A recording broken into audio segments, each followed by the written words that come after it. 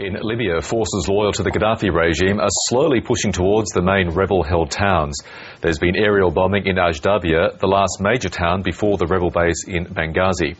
ABC correspondent Tim Palmer is in Benghazi. So little known about what's going on there west of Tripoli because journalists are so tightly controlled there that I think people were even surprised that it was still in rebel hands. But news came out from rebels there that government troops had come in with tanks and bombarded the town and made it to the centre of town in an enlightening operation that has caused some casualties. That's another town off the list that the rebels did hold.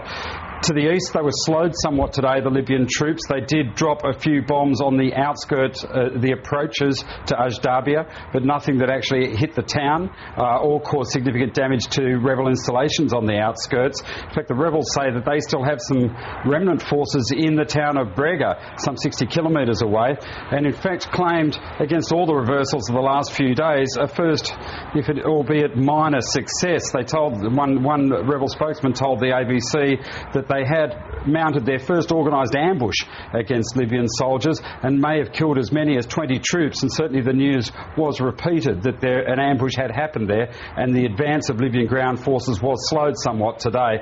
That may simply be because they're feeling their way towards Ajdabiya, a much bigger town than what they've encountered before, a town of around 200,000 people, where today some civilians were seen packing up onto trucks and getting out of town towards Benghazi.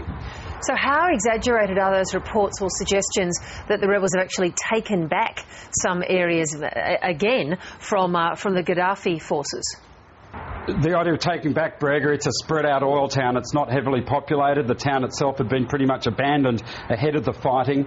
There's a large oil compound that has largely not been a part of the battle at this stage, and there are spread-out small hamlets just around it on a little network of roads, and it would appear that just a remnant force of rebels are sort of stuck there as much as anything else, as the Gaddafi forces, having pounded it into submission, really clean through it and take control. I don't think there's any real suggestions that the rebels have won it back. They may have won a small battle within the battle before having to pull back again, it would appear.